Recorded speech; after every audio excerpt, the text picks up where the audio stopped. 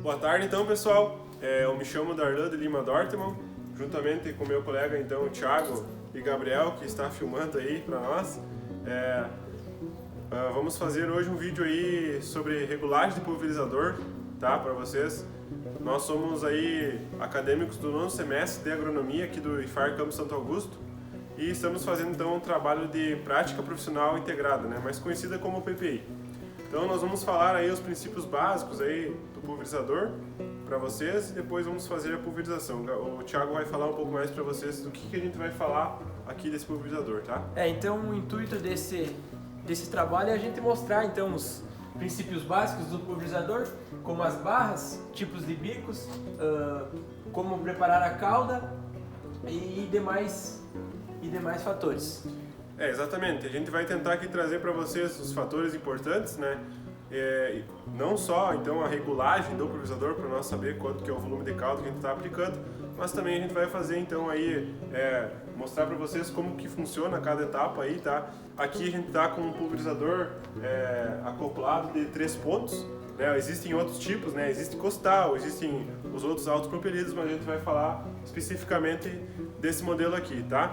Então a primeira etapa aí que a gente geralmente faz, a gente vai mostrar a seguir para vocês, é a parte de mostrar como seria a limpeza, né? Se está tudo nos conformes, e depois a gente vai para uma área melhor, né? Porque aqui a gente está numa área um pouco mais descida, a gente vai colocar esse trator com pulverizador fora daqui para nós mostrarmos aí como que funciona, tá bom? Vale salientar também que a gente vai fazer uma fala sobre a importância de manuseio, sobre a importância do EPI, que é uma ferramenta muito importante por questões de segurança na hora do manuseio do pulverizador. Então, pessoal, agora a gente vai deslocar o trator até a nossa área experimental aqui do IFE, onde a gente vai medir 50 metros, então, para tirar o tempo que ele vai levar para percorrer 50 metros, né? Logo após isso, então, a gente vai fazer os cálculos, né? Determinar a vazão, aferir quanto está saindo por cada bico, tirar 30% de cada bico, que é o correto, né?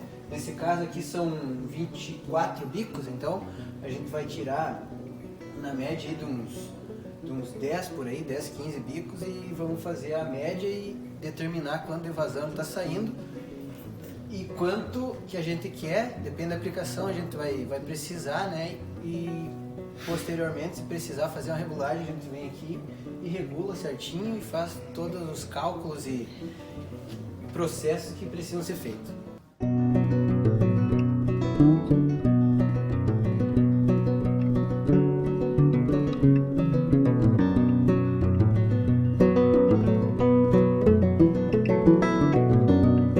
Bom, pessoal, então o nosso trator aí, ele está com uma marcha aí de terceira reduzida, aplicando então em 6,42 km por hora. Então, para ele conseguir fazer 50 metros aí, ele demorou 28 segundos. Então agora nós vamos coletar então aí 28 segundos com o pulverizador ligado, tá bom?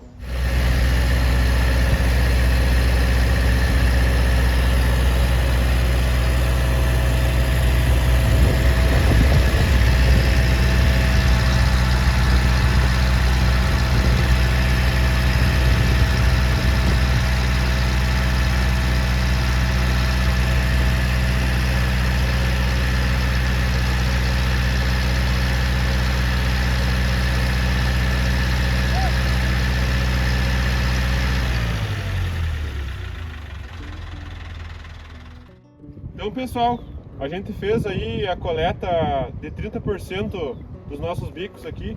A gente tem, nesse caso do pulverizador, 28 bicos, tá? O volume total aqui, mais ou menos, o volume total aqui deu 400 ml, tá? A gente tem um copo aqui que já faz a aferição de 50 centímetros de espaçamento de bico, tem de 40. Como a gente tem aqui espaçamento de 50, o nosso deu 170, o volume de caldo então de pulverização deu 170, tá? Se a gente não tivesse isso aqui, a gente também teria como fazer o cálculo, tá bom? Então, pessoal, aqui no nosso equipamento utilizado, a gente tem a opção aqui de utilizar 2 bicos, né? Fazer essa rotação aqui. Então a gente vem aqui e faz essa rotação. Nesse nosso caso, a gente está usando 2 pontas de pulverização, então isso vai depender do tipo de produto que você está usando. Aqui a gente tem um tipo cone, né? O cone vazio, e aqui a gente tem um tipo leque, tá? E daí para cada ponta dessas aqui a gente vai usar um tipo de malha, né? Isso vai de acordo com o fabricante. Aqui a gente tem 2 tipos de malha com 2 tipos de bicos diferentes, tá? A gente também vai mostrar então agora o outro filtro, né? Filtro de linha. A partir do momento que eu abrir aqui, ele vai começar a vazar nas pontas.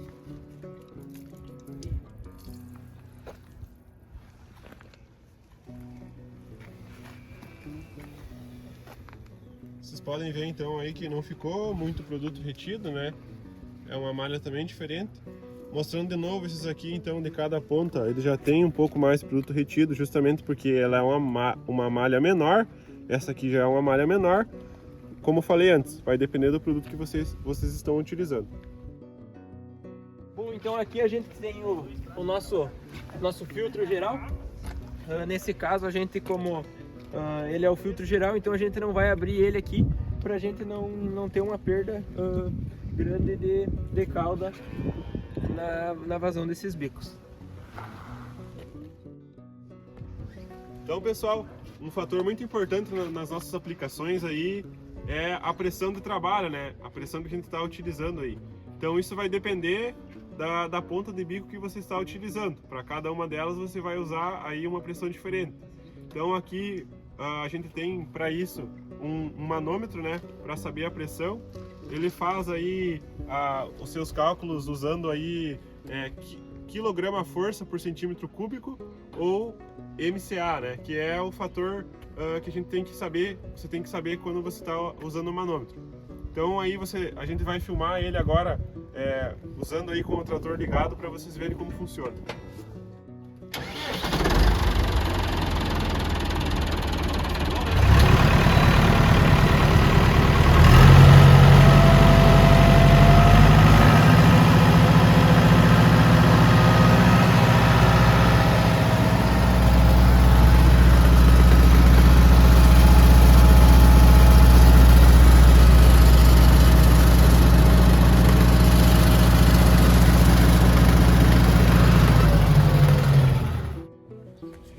Então, pessoal, lembrando que para fazer a regulagem do pulverizador, de todos os equipamentos, a gente tem que estar sempre de EPI, né?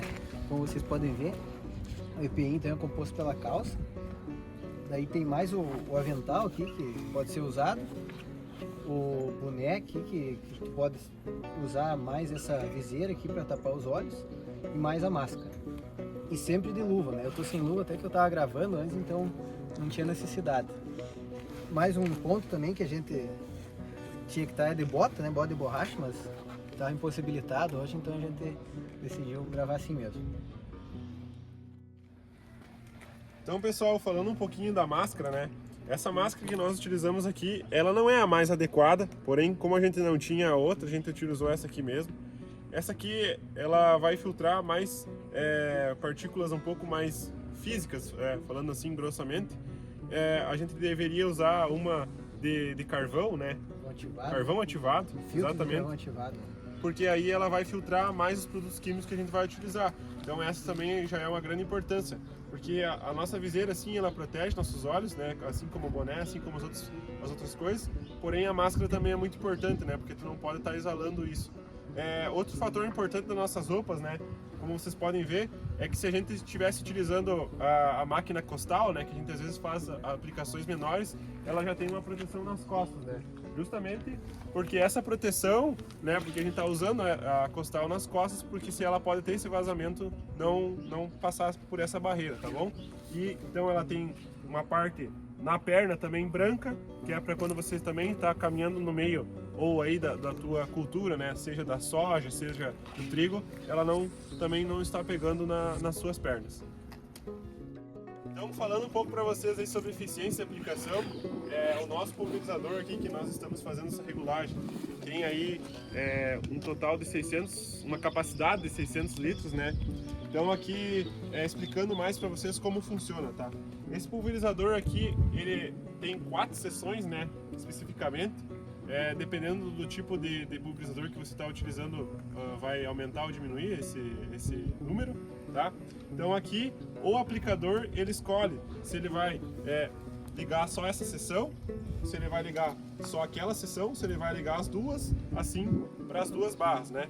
Então aqui utilizando aqui esses 2,5 metros aqui, ele vai utilizar então, pode desligar essa seção de 5 bicos, como ele pode desligar aquela.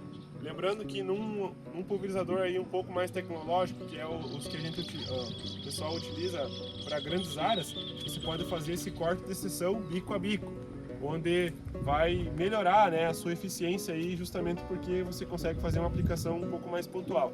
Principalmente em áreas de arremate, né? Isso. Para evitar os remontes, né, que acontece. Que é inevitável, mas isso diminui com corte de seção, por exemplo, de bico a bico. Ali temos o marcador de linha, né?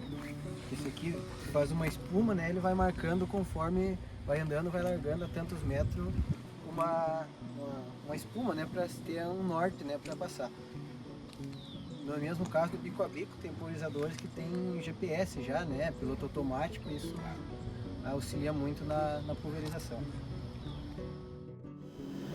Bom, então para ficar mais fácil um pouco de vocês entenderem os princípios de uma calibração de um pulverizador, a gente então andou 50 metros com o pulverizador e demorou um total de 28 segundos para fazer todo esse percurso. Então nesses 50 metros, né, a gente multiplicou pelo espaçamento que é de 0,5 metros, tendo então uma área total de 25 metros quadrados por bico. Então, nesses 28 segundos que foi o total da coleta, então a gente coletou 400 ml, mais precisamente 0,4 litros, como for melhor. Então, em 25 metros quadrados a gente coletou 0,4. Em 10 mil metros quadrados, 1 hectare, a gente tem então uma vazão de 160 litros por hectare. Então, pessoal, eu quero saber qual é a capacidade que o meu pulverizador faz, né? Quantos hectares ele faz cheio? Então a gente sabe que estamos trabalhando com um volume de caldo de 160 litros por hectare, fazendo então a regra de 3 básica aí, né, sabendo que o meu pulverizador tem 600 litros, a gente chegou ao resultado de 3,75 hectares a capacidade do meu pulverizador de 600 litros de fazer. Aqui a gente então encontrou 160 litros dessa maneira, né, tirando o tempo e tudo mais.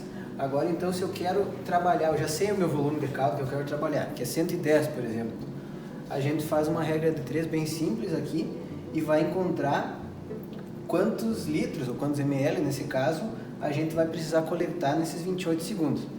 Nesse caso aqui, então, deu 275 ml, é o que a gente vai testar lá, aferir, ver se está caindo isso, fazer a calibração certinho.